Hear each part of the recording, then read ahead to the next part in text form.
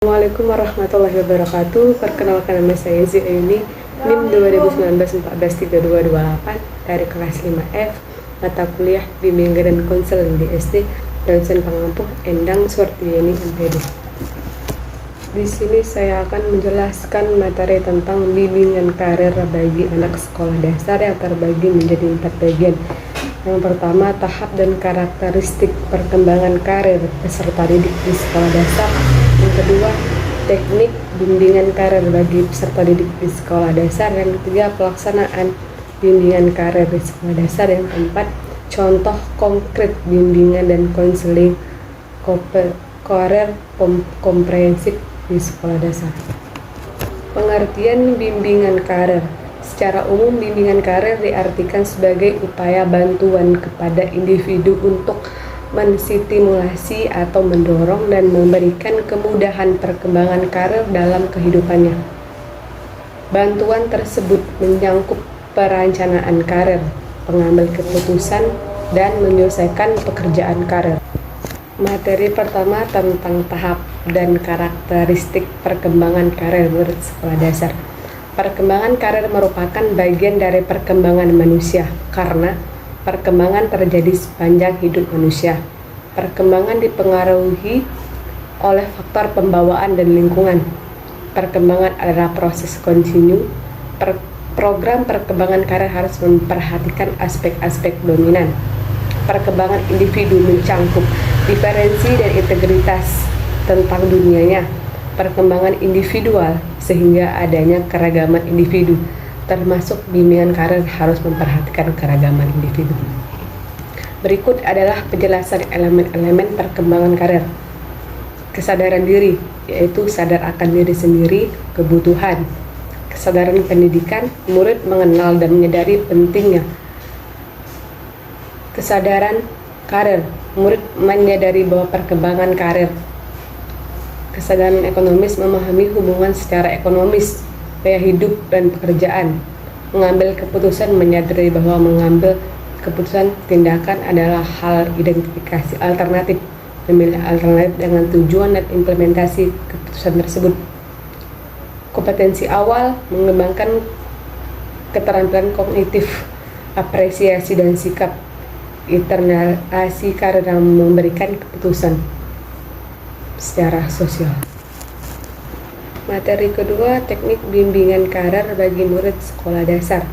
Bimbingan karir di sekolah dasar dapat dilaksanakan dengan berbagai teknik seperti terpadu dalam KIB, paket bimbingan karir, pengamatan, bacaan, dan narasumber. Berikut disajikan bahasan singkat dari teknik-teknik tersebut. Teknik dalam KB. Teknik ini merupakan teknik yang paling memungkinkan mengingat pelaksanaan bimbingan di SD adalah guru.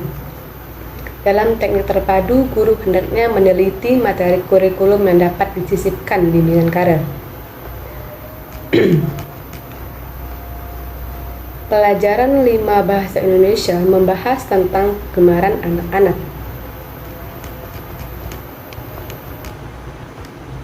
Yang B, paket bimbingan karir. Paket bimbingan karir dikemas berupa modul yang masing-masing paket terdiri dari satu topik dan subtopik pembahasan. Bacaan. Dalam hal ini, siswa disuruh untuk membaca riwayat hidup orang-orang yang berhasil. Selain dalam buku riwayat hidup, informasi jabatan dapat diperkaya dengan membaca sumber-sumber bacaan seperti surat kabar, majalah, media elektronik, dan lain-lain. Narasumber.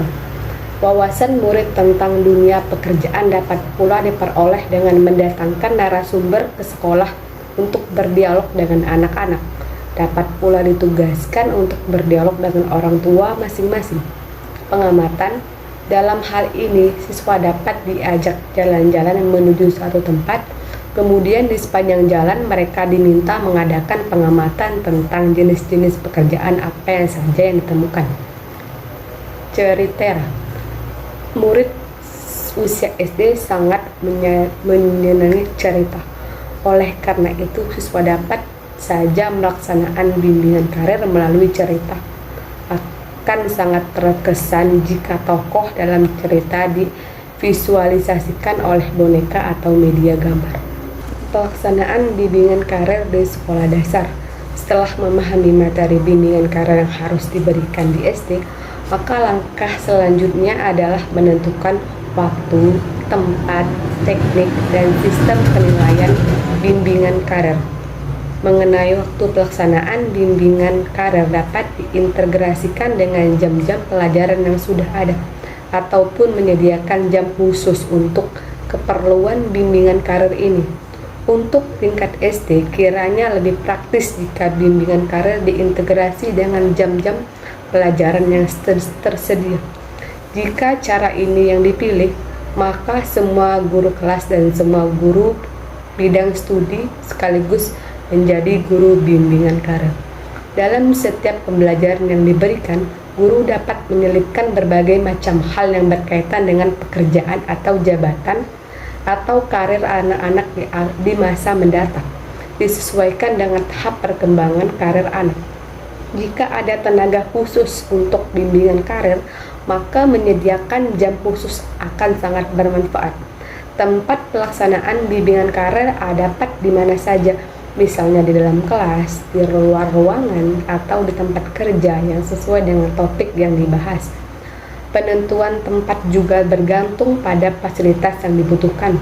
Jika dibutuhkan gambar-gambar, film, atau video, barangkali lebih cocok menggunakan ruang audiovisual kalau memang ada.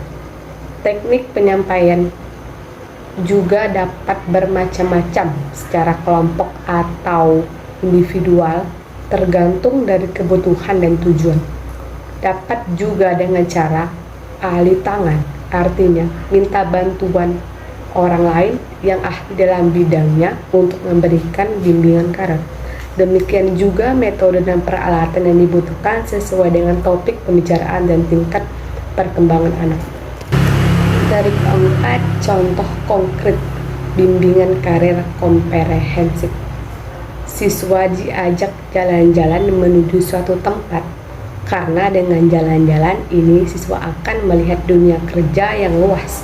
Kemudian di sepanjang jalan siswa diminta mengadakan pengamatan tentang jenis-jenis pekerjaan apa saja yang ditemukan pada dunia luar. Ini sangat banyak sekali. Konselor atau guru dapat menggunakan cerita, karena anak sekolah dasar senang dengan cerita. Dengan cerita ini dapat berkesan jika tokoh-tokoh dalam cerita tervisualisasikan dengan baik bisa menggunakan media gambar.